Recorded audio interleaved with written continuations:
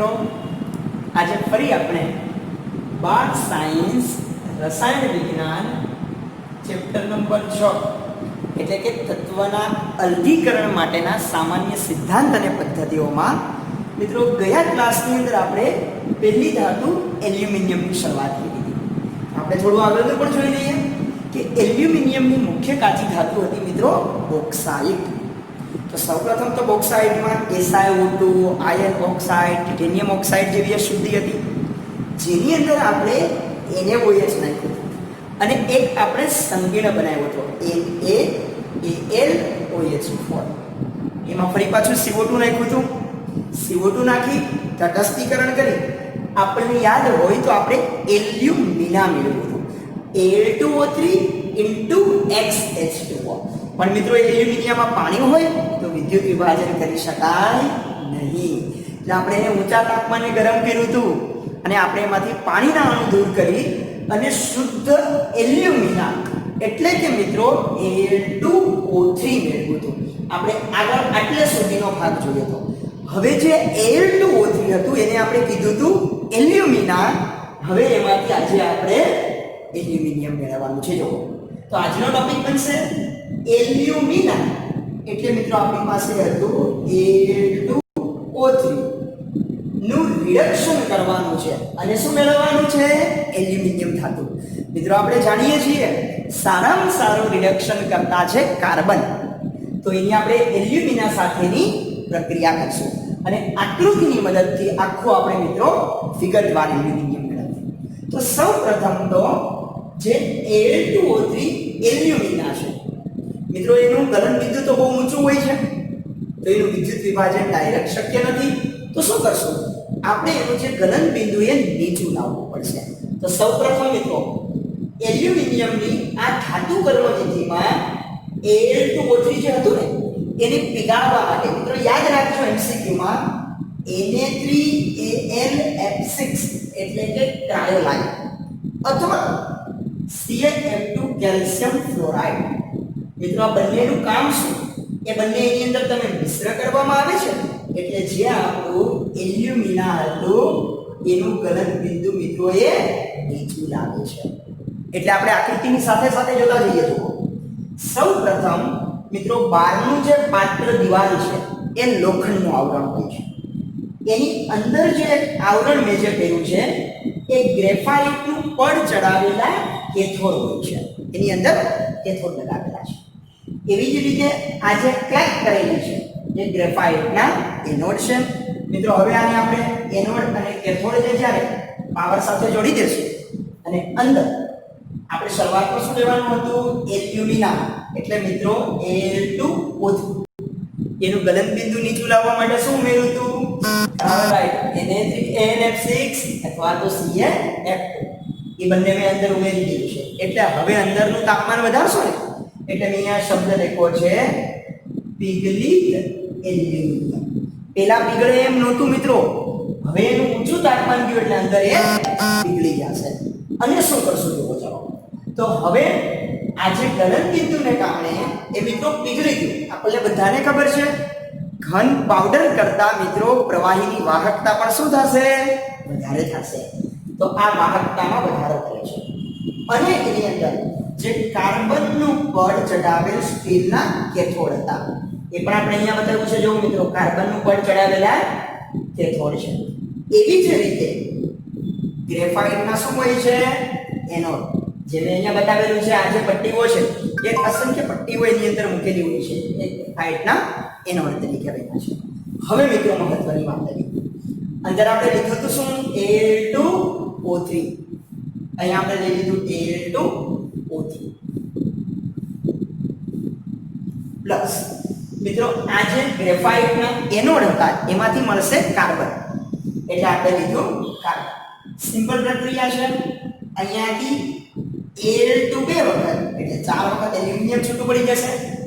ચલો અહીંયા જે કાર્બન હતા ને મિત્રો એ આ ઓક્સિજન સાથે જોડાય છે. કાર્બન કેટલા હતા? 3. ઓક્સિજન છે 6. તો અહીંયા 3 વખત શું દૂર થઈ ગયું? CO2. આ પદ્ધતિ પણ આપણે વિગતવાર આગળ ઉપર આપણે સમજવાના છીએ. અહીંયા એલ્યુમિનિયમનું શું થયું કહેવાય મિત્રો? ક્ષણ થશે. અને કાર્બન સાથે ઓક્સિજન એટલે કે કાર્બન મોનોક્સાઇડ અથવા તો કાર્બન ડાયોક્સાઇડ વાયુ આપણે દૂર કરી શકીએ. અને હવે અહીંયા જે મારી પાસે વધ્યું છે એ પીગળિત અવસ્થામાં અંદર પીગળે છે એટલે લખ્યું છે પીગળિત એલ્યુમિનિયમ. પણ મિત્રો આ એલ્યુમિનિયમ ગરમ હોય એટલે પીગળેલો ભાગ ક્યાં હોય? નીચે. તો અહીંયાથી હું એને આ પીગળિત એલ્યુમિનિયમને જુઓ અહીંયા મેં બતાવેલું છે એલ્યુમિનિયમ નિર્ગમન એટલે અહીંયાથી જે પ્રવાહી એલ્યુમિનિયમ હતું એને હું અહીંથી શું કરી શકું? બહાર કાઢી શકું. તો આ થઈ ગઈ મિત્રો આખી આપણી પદ્ધતિ તરીકે. એમ હજી આપણે આગળ જોઈએ મિત્રો આ પદ્ધતિ એલ્યુમિનિયમનું જે આ પદ્ધતિ હતી એ મિત્રો સંયુક્ત રીતે હોલ અને હેરોલ્ડ નામના વૈજ્ઞાનિકે આપી હતી. એટલે આ એલ્યુમિનિયમની મેળવવાની જે પદ્ધતિ છે એમસીક્યુમાં વારંવાર પૂછાયેલો પ્રશ્ન છે કે પદ્ધતિનું નામ છે હોલ હેરોલ્ડ પદ્ધતિ તરીકે મિત્રો એને ઓળખવામાં આવે છે. તો આ થઈ ગયું આપણું સૌપ્રથમ Al2O3 હતું એમાંથી એલ્યુમિનિયમ કઈ રીતે મળે છે એની આપણે વાત કરી છે. હવે સાથે સાથે આપણે જે પદ્ધતિ એમાં અહીંયા આપણે કોણ વાપર્યું હતું? કાર્બન. તમે કાર્બન પણ વાપરી શકો, કાર્બન મોનોક્સાઇડ પણ મિત્રો વાપરી શકો.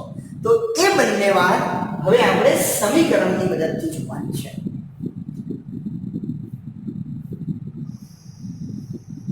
ફરી એક વખત મિત્રો આખી પદ્ધતિ સમજાવી દઉં. સૌથી બહારનું આવરણ એ લોખંડનું પાત્ર હતું. અંદર જે પહેલી પટ્ટી બતાવેલી છે મિત્રો એ આપણું કાર્બનનું પડ ચડાવેલા કેથોડ તરીકે હતા સ્ટીલના પાત્રમાં. અંદર જે પટ્ટી આપી છે એ કાર્બનના ગ્રેફાઇટના એનોડ તરીકે છે. Al2O3 નું ઉત્કલન બિંદુ ઊંચું હતું એટલે એને પીગાળવા માટે ટ્રાવેલાઇટ Na3HF6 અથવા તો Ca2 કેલ્શિયમ ફ્લોરાઇડ મિત્રો આપણે એની અંદર ઉમેર્યું હતું. અને જેના કારણે આપણે તાપમાન શું કરી શકતા હતા? નીચું લાવી શકીએ. પછી તો કે કાર્બન Al2O3 સાથે કાર્બનની પ્રક્રિયાથી એલ્યુમિનિયમ અને કાર્બન મોનોક્સાઇડ અથવા તો કાર્બન ડાયોક્સાઇડ દૂર થશે. આ પદ્ધતિ કયા વૈજ્ઞાનિકો આપી હતી? તો કે હોલ અને હેરોલ્ડ નામના વૈજ્ઞાનિકે.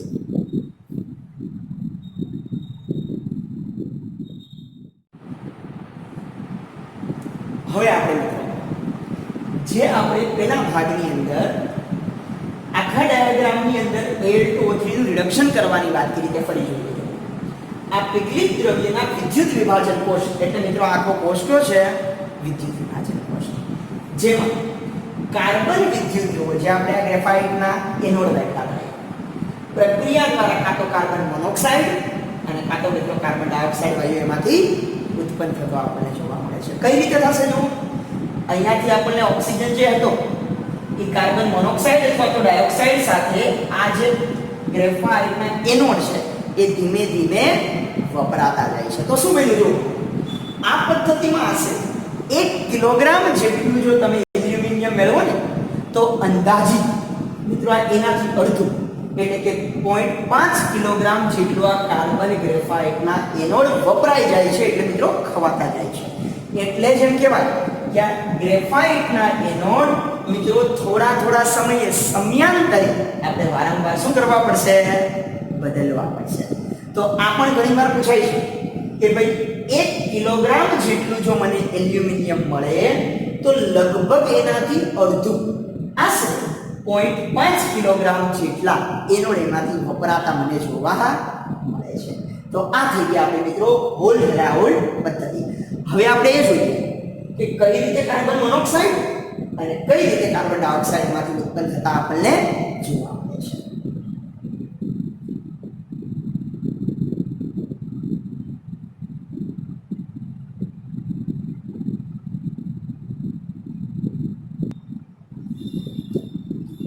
હવે આપણે જે Al2O3 માંથી એલ્યુમિનિયમ મેળવ્યું હતું એના આપણે રાસાયણિક સમીકરણ જોઈએ. ચાલો સૌપ્રથમ તો એનોડ ઉપર કાર્બનના ગ્રેફાઇટના સળિયા હતા તો તરીકે Al2O3 હતા. તો મિત્રો Al2O3 માં એલ્યુમિનિયમનો ઓક્સિડેશન આંક આવશે +3. તો જ્યારે +3 મિત્રો 3 ઇલેક્ટ્રોન મેળવીને શું બની જાય છે? એલ્યુમિનિયમ બની જશે. એટલે કે એલ્યુમિનિયમ થશે અહીંયા રિડક્શન પ્રક્રિયા થઈ ગઈ. તો ચલો આ ઇલેક્ટ્રોન જે હતા એ ઇલેક્ટ્રોન મળ્યા ક્યાંથી? તો અહીંયા જે કાર્બન હતું એમાંથી મળશે તો જોઈએ કાર્બન ઓક્સિજન ઉપર કયો વીજભાર હોય -2. જ્યારે કાર્બન મોનોક્સાઇડ સાથે મિત્રો જોડાય ત્યારે 2 ઇલેક્ટ્રોન અહીંયા દાન કરશે. અથવા તો જો એક કાર્બન 2 ઓક્સિજન સાથે જોડાય તો મિત્રો એ શું બની જશે CO2. કેટલા ઇલેક્ટ્રોન આવી જશે 4. તો અહીંયા જે મને ઇલેક્ટ્રોન મળ્યા છે છૂટા પડ્યા છે ઇલેક્ટ્રોન મિત્રો જ્યારે છૂટા પડતા હોય ત્યારે એ પ્રક્રિયા કઈ બોલાશે અહીંયા બંને ઓક્સિડેશન. અને આવી જ રીતે એકનું ઓક્સિડેશન થશે એલ્યુમિનિયમનું રિડક્શન થશે અને આપણે જે જોઈતું હતું એ આપણને એલ્યુમિનિયમ એમાંથી મેળવી શકીએ. આ થઈ ગયું મિત્રો આપણું શરૂઆત કરી હતી બોક્સાઇટથી.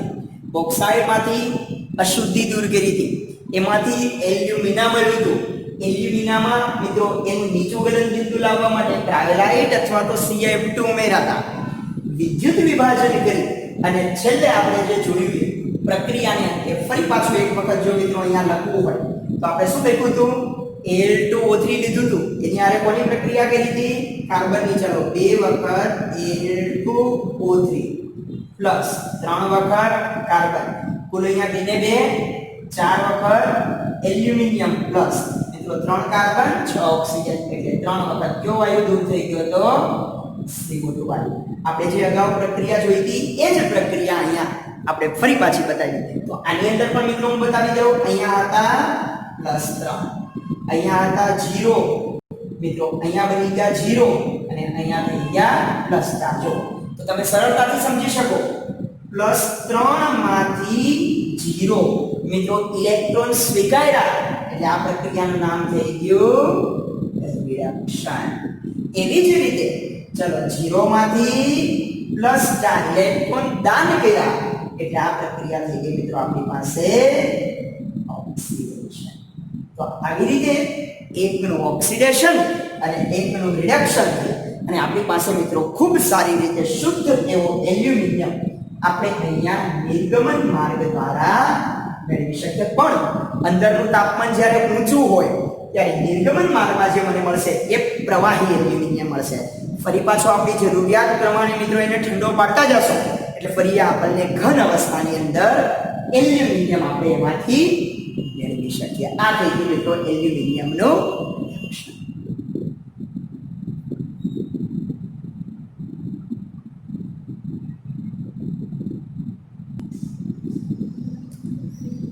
હવે મિત્રો આપણે શુદ્ધ એલ્યુમિનિયમ તો મેળવ્યું. હવે આપણે જોવાના છે એલ્યુમિનિયમના જુદા જુદા ઉપયોગ ક્યાં છે. તો જોઈએ એલ્યુમિનિયમનું મિત્રો એક પાતળું વરખ આપણે જાણીએ છીએ જે આપણો ખાદ્ય પદાર્થ હોય એના ઢાંકણ એને આપણે પેકિંગ કરવા માટે એલ્યુમિનિયમ ફોઇલ તરીકે જેનો ઉપયોગ કરીએ છીએ. મિત્રો એલ્યુમિનિયમનો ઝીણો ભૂકો રંગ અને લેકર ઉદ્યોગમાં એટલે કે રંગ જેવા ઉદ્યોગની અંદર એ મિશ્ર કરવામાં આવે છે. ક્રોમિયમ અને મેંગેનીઝ ધાતુના મિત્રો જે ઓક્સાઇડ હોય એ ઓક્સાઇડમાંથી તેનું રિડક્શન કરી ક્રોમિયમ અને મેંગેનીઝ જેવી ધાતુઓ મેળવવા માટે મિત્રો એક એલ્યુમિનિયમ ધાતુ સારી રીતે ઉપયોગી બને છે. એલ્યુમિનિયમના તાર મિત્રો આપણે જાણીએ છીએ એલ્યુમિનિયમ સારી રીતે વિદ્યુતની વાહક છે એટલે વિદ્યુતના વાહક તરીકે આપણે ઇલેક્ટ્રિસિટીના તારની અંદર પણ ઘણી જગ્યાએ એલ્યુમિનિયમ ઉપયોગી બને છે. અને હા એલ્યુમિનિયમ મિત્રો મજબૂત અને વજનમાં ખૂબ જ હલકી ધાતુ છે. તેથી મિત્રો એરોપ્લેનના ઘણા સ્પેર પાર્ટ રેસ માટેની જે કાર હોય એના ઘણા સ્પેર પાર્ટ બનાવવા માટે એલ્યુમિનિયમની મિશ્ર ધાતુનો ઉપયોગ થતો આપણને એની અંદર જોવા મળે છે. તો આવી રીતે એલ્યુમિનિયમ આપણા માટે ખૂબ જ ઉપયોગી ધાતુ તરીકે આપણા વ્યવહારની અંદર ઉપયોગી થતી આપણને જોવા